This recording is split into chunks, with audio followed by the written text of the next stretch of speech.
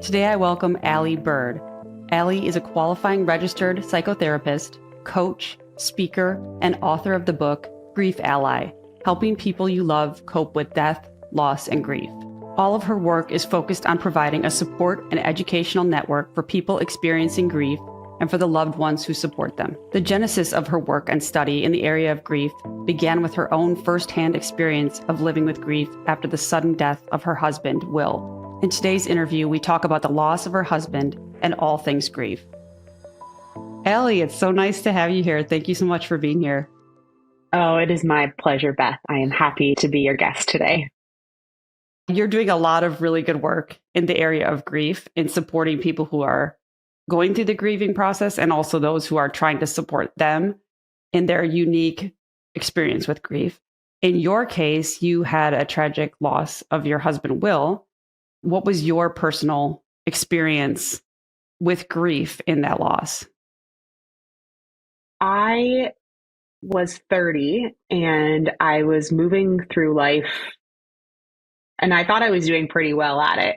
And then in an instant, Will died in a hiking accident and I was thrown into the world of grief with really no understanding of what it was like to live with a life-changing loss. I'd lost grandparents before that, and I knew sometimes people die young, but not in my world. That wasn't part of the understanding that I had of how the world works. And my own experience of loss has very much been a trying to figure out how to exist in a world where all the rules were broken at once. But the way that I've done that and why I come to this work and the way that I do is that my community has been incredible.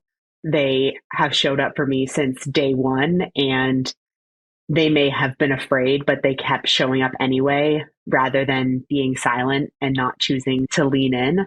And I really attribute to them that I've come this far and I'm able to do this work because they have been so supportive and been willing to learn how to help me cope, survive, and ultimately adapt to a life and a life path that I really didn't choose. No one would choose to be in the shoes that I am in, I think. But yeah, they love me unconditionally, and that's how I've made it to today. What was your life like with Will? What was he like? What were your plans at the time that this happened? We had a really, really beautiful life together. We met when I was 25, and when you're young and you're confident and you're like, we could have anything that we want. He had the chance to move to the West Coast for work. So I tagged along for the adventure, and we had this gorgeous outdoorsy lifestyle together. We climbed mountains and we rock climbed and mountain biked and camped, and it was everything that I had wanted before I met him. And I met him at just the moment when I was like, whether I have someone or not, I'm going to start doing these things by myself. So he filled a gap that was just the greatest gift. He was full of energy and didn't sweat any of the small stuff, which I really appreciated because I am definitely a person who sweats the small stuff. And we had big plans to make a life for ourselves on the west coast of Canada. And since his death, those plans have shifted and changed. The loss that you experienced, the way that you went through the process, and you said you really did have a community that rallied around you. What have you learned about how common that is? Is that usual, unusual in the people you've worked with or that you've been around since this happened? I think grief is still something that's very foreign in our culture. And I think that's a relatively new experience. Like 100 years ago, people died all the time just because we didn't have the kind of medicine that we have or the hospitals that we have now. But we've kind of scienced our way out of acknowledging death. And with that, we've lost the ability and generational knowledge of what grief is too and how to support ourselves. So in my experience, I had this really high caliber of support around people around me. But from my experience, even early on in my grief, I was told to go find community. And I really struggled to connect with others because I wasn't being left behind. I haven't been left behind. I haven't been abandoned or really felt misunderstood. Whereas I think a lot of people who are grieving, particularly the death of someone who was a significant part of their lives or was supposed to be a significant part of their lives, like a child, for example, that's a very isolating experience for many because the people around them just don't know how to show up. And I don't blame anyone for not knowing how to show up, but I think fear stops a lot of people, or just cultural norms of like, oh, I went to the funeral, I sent a card, and therefore I did the steps 1, 2, 3, and now my grief support role is done. Where I don't think that is the reality for many. And a real isolation occurs when all we do is do the rituals and ceremonies and drop off some food and send some flowers. That's not enough to help someone learn to live without someone who is supposed to be a big part of their life. In your book, you mentioned that there's the isolation often, but then there's also secondary losses that happen, which makes sense to me. I mean, you might have a financial relationship with this person you've lost, and that puts you in upheaval. There's all sorts of things. What would you say about that? When what happens to people with these secondary losses and their grief? That's a great point, and I think that the death of one person is just one kind of loss that comes with it, right? When you lose one person, there's a whole web of life that can't be sustained because they're no longer, physically present with you. And that can be large things, like you said, like financial losses because you're now one person and not two, but then also just like little things in your life that they did, from being the person who took out the garbage or shoveled snow in the driveway after a snowstorm. That person then has to find a way, the grieving person has to find a way to kind of fill the places or accommodate the spaces where that person used to be. And you can be tangible things like the examples I said, but other intangibles. Like I just finished watching, a series that Will and I were watching together. He only got to watch the first 3 seasons. I watched the last 3 of 6 by myself. And then when the series ended, I wanted to talk to him about it. And as much as I think that we both would be really happy about how it ended, there was a loss there because I couldn't talk about it with him in that moment. So not only is there that one loss that really starts this ripple effect of losses in a person's life, but the losses keep coming and they are ongoing. And so they're something that you're constantly relating to, and new grief is getting stirred up, and it doesn't get the attention or the acknowledgement that the death of a person comes with. If we had to have a funeral for every loss that someone experiences because of the death of a person, we wouldn't have time to do anything else. And yet we continuously have to keep moving forward and existing the best we can to keep living, just from like a basic needs perspective. We need to eat, sleep, work to make money to be able to do those things. It takes a lot of energy to be a bereaved person that simply exists in the world. And I think that creates a lot of isolation because people don't understand that piece of it. That leads me to another point in your book, that is the idea that grief does not get fixed or cured or go away. You don't move on from it.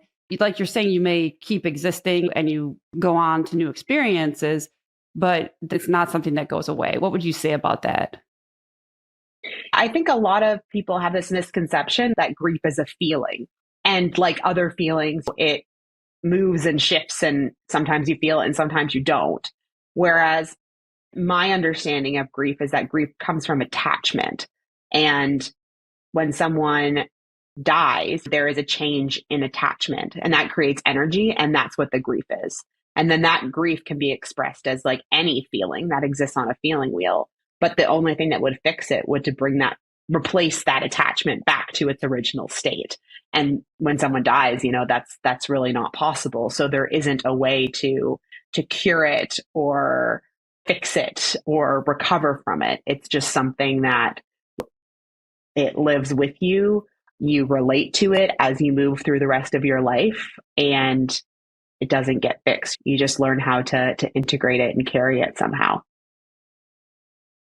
You do a lot of work with people who are trying to support those who are going through the grieving process. And like you said, a lot of times people may be afraid, they may feel uncomfortable, they don't know what to say. They almost want to avoid it because they just feel like they're going to misstep.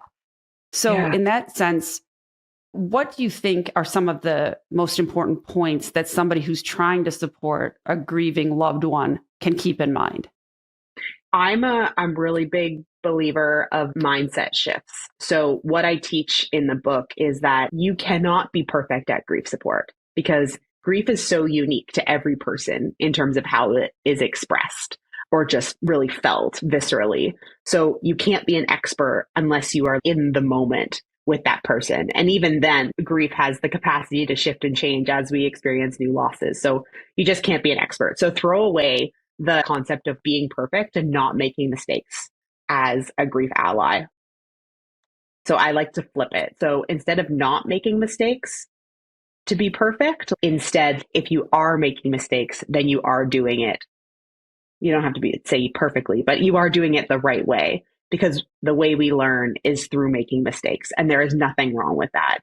And you have to really screw up. I have so many friends who have made mistakes and we've been able to recover from them. And it actually makes relationships stronger when you are mindful about the recovery after a mistake. Like you have to really screw up to hurt someone in grief support and to hurt them so badly that that is the end of your relationship. And the worst thing that you can do is to not do anything or say anything because you might be afraid of making a mistake. Also to people who want to be supportive, like if they see someone having a good day, they'd rather not bring up the person who died out of fear that, they're going to make this day worse for their bereaved loved one. And I think that couldn't be further from the truth in terms of like, I'm always thinking about Will. And I think if you ask any other bereaved person, you don't forget that they're dead. The more other people are willing to bring them up in conversation and to tell stories or even just ask how you are in relation to, your grieving experience, that just takes the pressure off of us to constantly be the person who brings them up in conversation, who gives permission to tell stories about them. Because if you don't, there is an elephant in the room. And once you kind of like bring that elephant out of the shadows, it's like a big exhale for everyone that says, oh, it's okay to talk about this person and their life because they were there once. And to just not talk about them kind of like erases the magnitude of the impact that they've had on the rest of the world. Have you seen when you're around other people, the people you work with, or having ever been in a community of grief support, does that seem like a common thing? It sounds like it from the way you're speaking, but that people would rather talk about the person they've lost as opposed to not? Or do you sometimes see instances where people are sort of like, I would rather not a person bring it up? I don't think there's a universal truth by any means, but I do feel that there is great comfort in having your loss acknowledged. And I'd say probably in the early days, maybe some people don't want to talk about it. I think the greatest thing that you can do if you are questioning whether it's okay or not to bring it up is to simply ask permission. Would it be okay if I asked you how you're doing? Or I had this memory with X person. Can I share the story with you? But I think from my deeply personal experience, the weight that I carried for the first few years after Will's loss was so heavy. And it felt like I was the only one responsible for keeping his memory alive. And the longer I put myself in positions of courage and leadership to be just literally saying his name in conversation to be like, oh, Will and I did this to contribute to what was happening in the room. There was just like the only way I can describe it is like an exhale from everyone else. And then once they're willing to talk about it, it's like, I feel less agony about having to keep his memory alive. And that also gives me more permission to live a life that is full and robust in the legacy of his death, which I think is a great gift that many people are looking for. And I don't mean you don't have to always acknowledge that they're dead. I have a friend and I went to a Veterans Day parade. Will was a military member. In Canada, we have Remembrance Day on Veterans Day, which you have in the US. And we went to the parade. And then on the way home, she was like, what do you think Will would have thought of that parade? And it was just a really easy way to insert him into the conversation and to keep him alive in those moments. And it wasn't a sad thing. It was full of jokes and laughter about what he would have thought. And yeah, the only words I can say is that it is just a gift. And I think too that we have this narrative that people get stuck in their grief. And I'm a firm believer that people get stuck because they are stuck under the weight of their grief, of what I've described as like trying to carry this person's memory around and feeling like you're the only one who is doing it. But when other people are willing to share that burden, I think we will see far few people in this kind of, air quotes, stuck place. But to ask the griever to do it all on their own, I think is really unfair. That's really interesting to me when you say the weight of keeping his memory alive. I'm curious about what you mean by that, because it's like you're going through the grief and the loss. And is that a sense of like, he's still so present to me? And so I'd want him to still be present in conversation. Yeah, that's exactly what I'm saying, really, is that Will was a very active and meaningful part of my life. And I have no desire to unwill myself. I want his presence and his impact on my life to remain a part of my identity as I move through maybe the next 50, 60 years. And to do that on my own is a lot of work. Like it makes my stomach turn a bit thinking about how much effort that would take if I was doing it by myself. But the people around me are willing to continue to tell stories about him, to ask questions about him. And yeah, that helps carry the weight.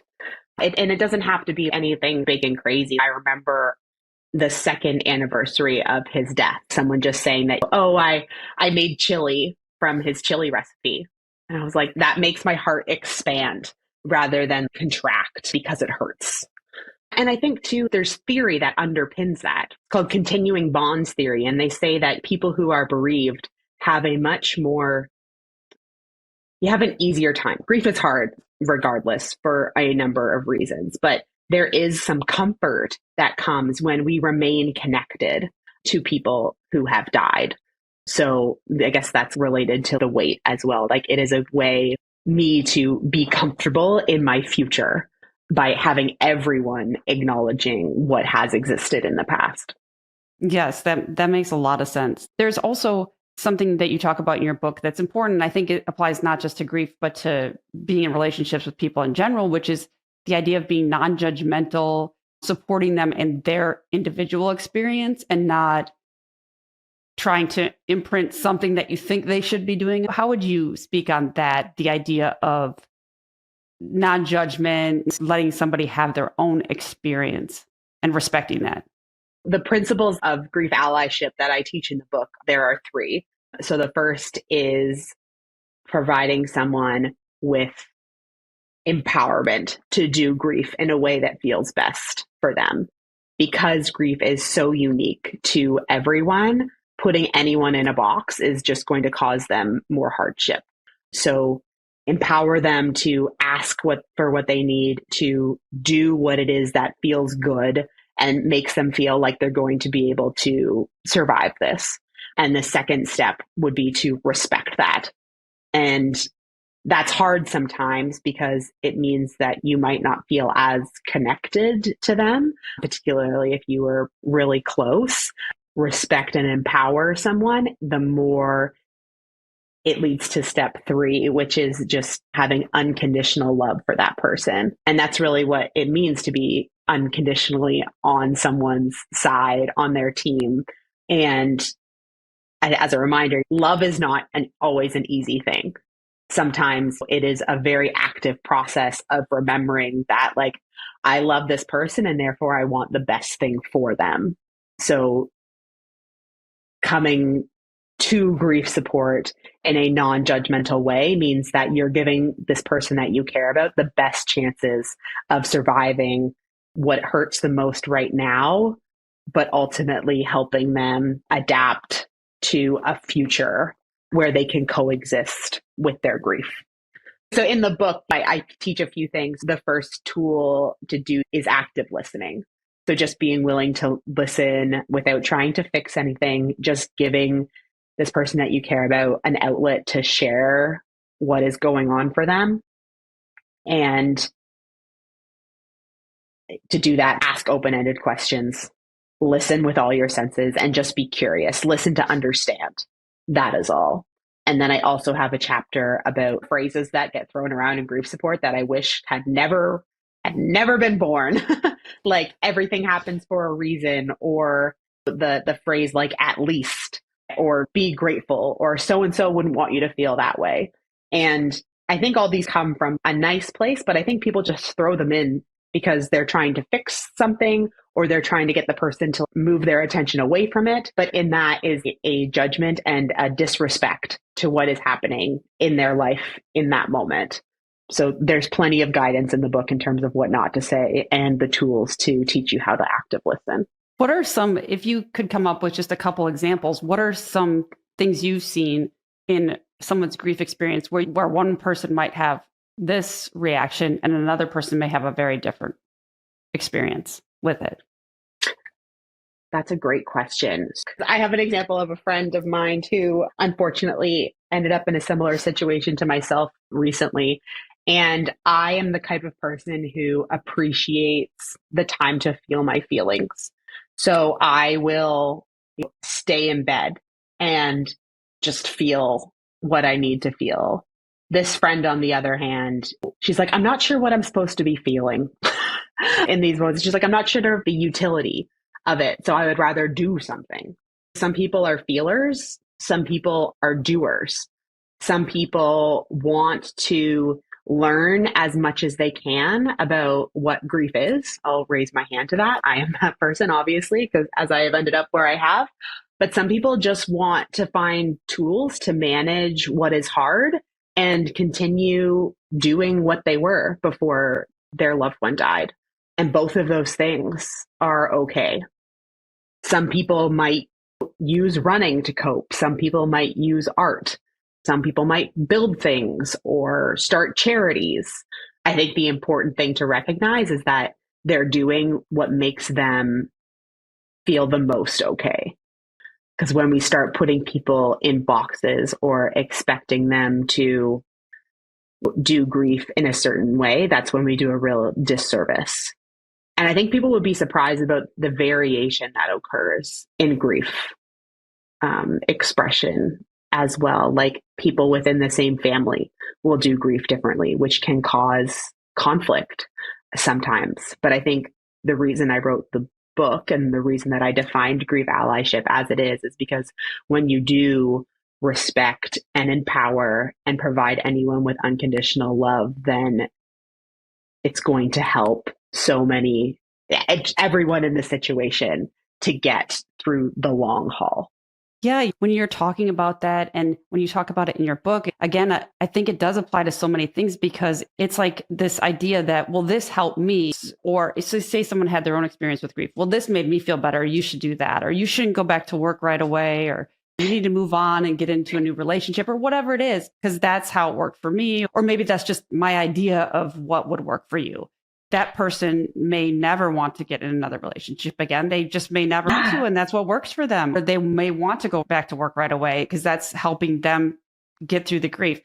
So that's where I feel like it's so important to remember, and what you point out in your book, that it really is their experience.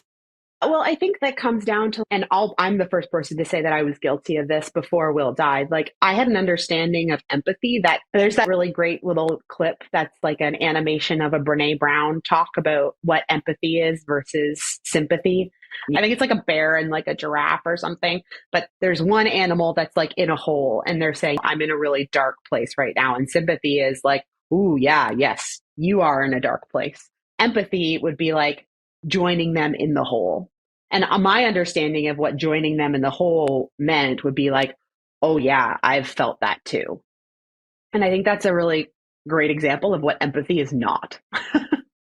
It is not saying me too.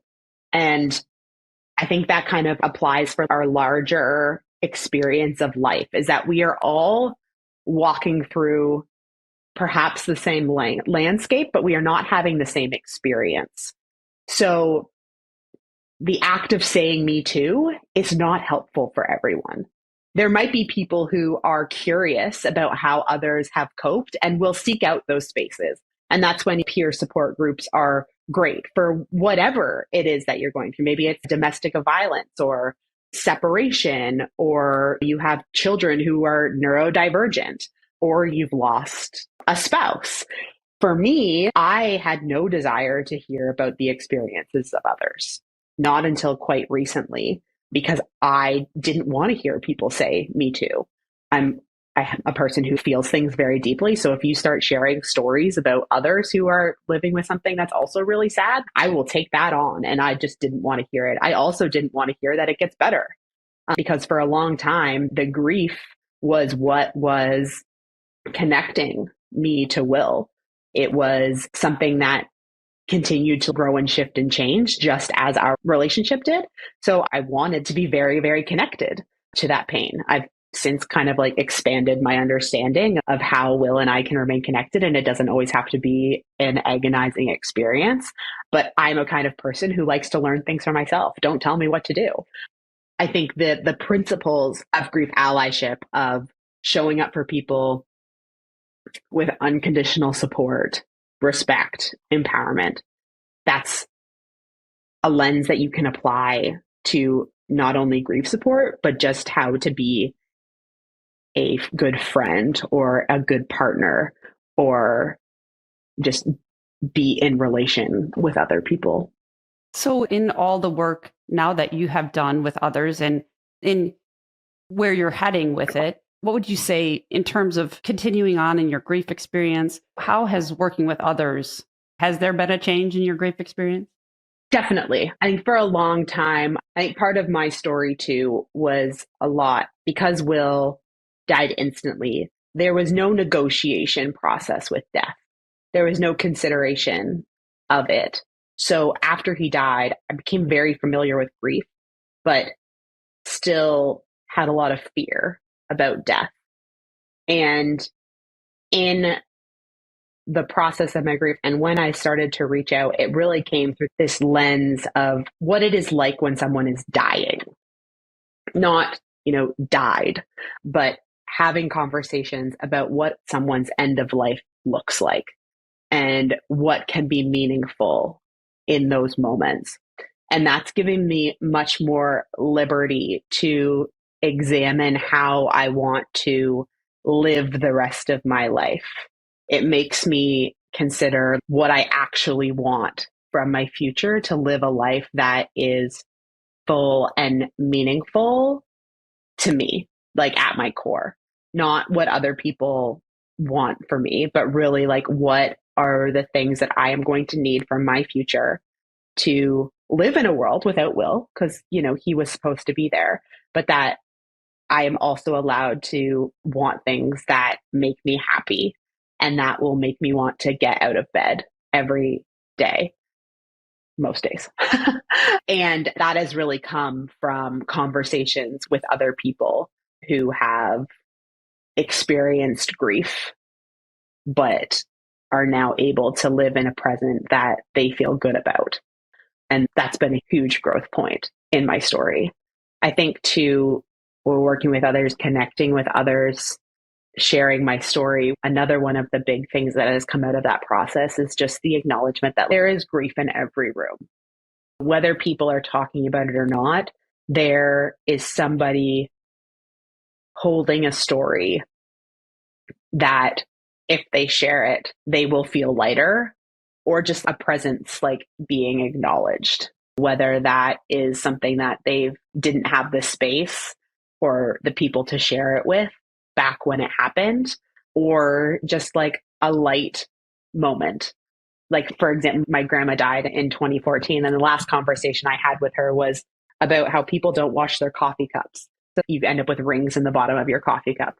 So I will be in a space and I pick up a coffee cup, and if it has the rings in it, I'm just like, oh, that's a nice, like my grandma is in this moment with me. And if I guarantee you, any conversation you walk into, any room that you are in, there is a legacy of someone who has died in that space, if you have the courage to open the conversation and look for it. So I want to step back real quick with a question. There's something that you said earlier on in your response where you talked about the suddenness of Will's passing, and then in working with people, kind of getting more into the process of dying and then losing the person. I think that's what you were saying. So what would you say is the key there in sort of having a growth point with the suddenness versus working with people on a more gradual loss? The first thing is there are two very different things. And, I can mostly speak from my own experience that after a death in your community questions how you want your own death to look like. And that's probably a universal across the board. But because I didn't have really any examples of what a good life and a good death looked like, it was something that kind of ruminated for me.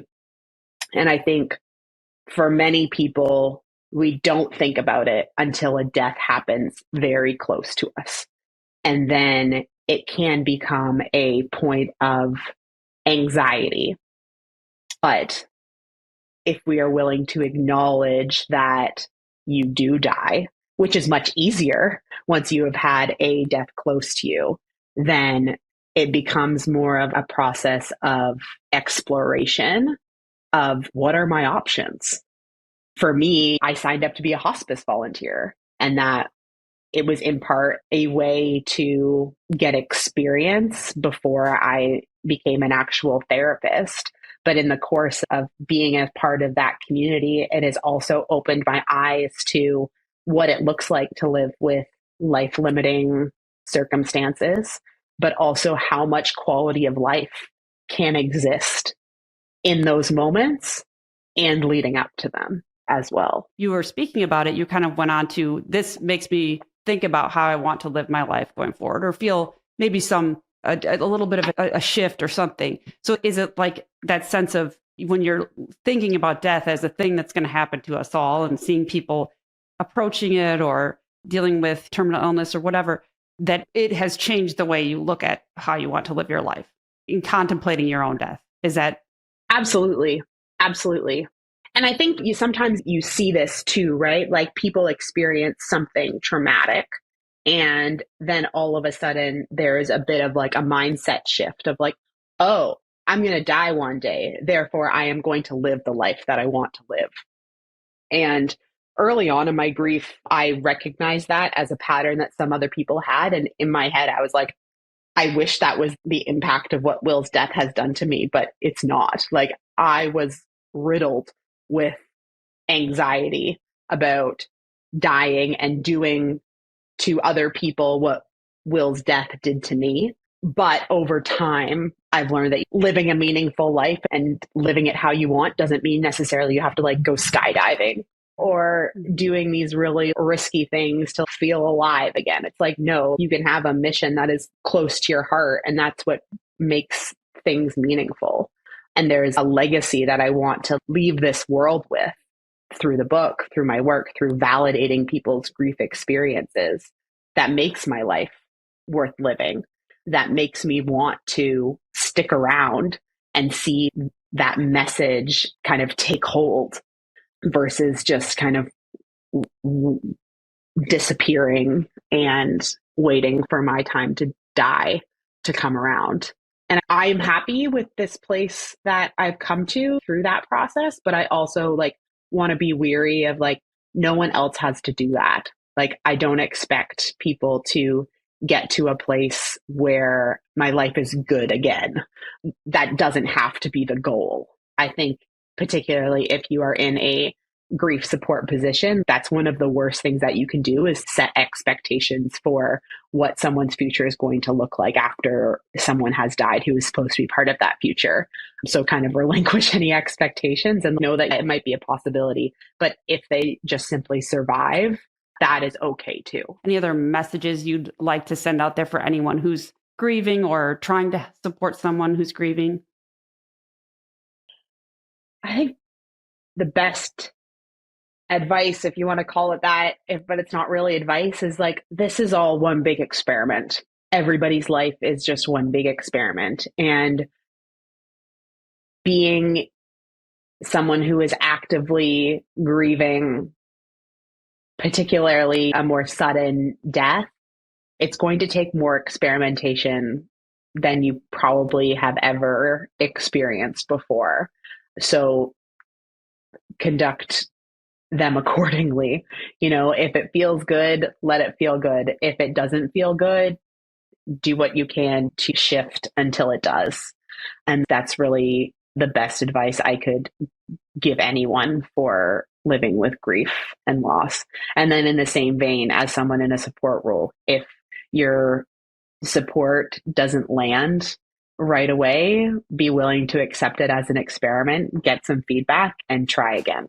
When you say that, it's something I thought of before we started the interview, is this an idea of not taking things personally. And it feels related to that to me, because it's like when you're doing life or trying to support someone in their grief or whatever, the less you can take things personally, the better. And so when you say experimenting and just trying this and trying that, and if you make a mistake, okay, don't take it personally. Like, everybody makes mistakes. What thoughts would you have on that concept? I'd say, like, do your best to not take it personally, but you're also human. So if you take it personally, that's okay. But if you are taking it personally, just make sure you have your own recovery methods, experiment there too. Like, if you become wounded by something not landed, it doesn't feel good to you. What can you do to remind yourself that you are human and they are human, and what you are both trying to do is something even more human, supporting people as we live and we die. So it is okay to take breaks, to practice your own self-care. And that's absolutely critical in supporting someone who is grieving, because this is an endurance sport beyond any endurance sport. Grief lasts forever. Grief support can last forever. So do what you can to, both as the griever and as someone in a support role. Like, one of my favorite quotes is, you can't set yourself on fire to keep other people warm. So keep yourself warm and then go warm others. Mm-hmm. Mm-hmm. Well, thank you so much for being here. Really appreciate it. It has been lovely, Beth. Thank you. Thank you so much for having me.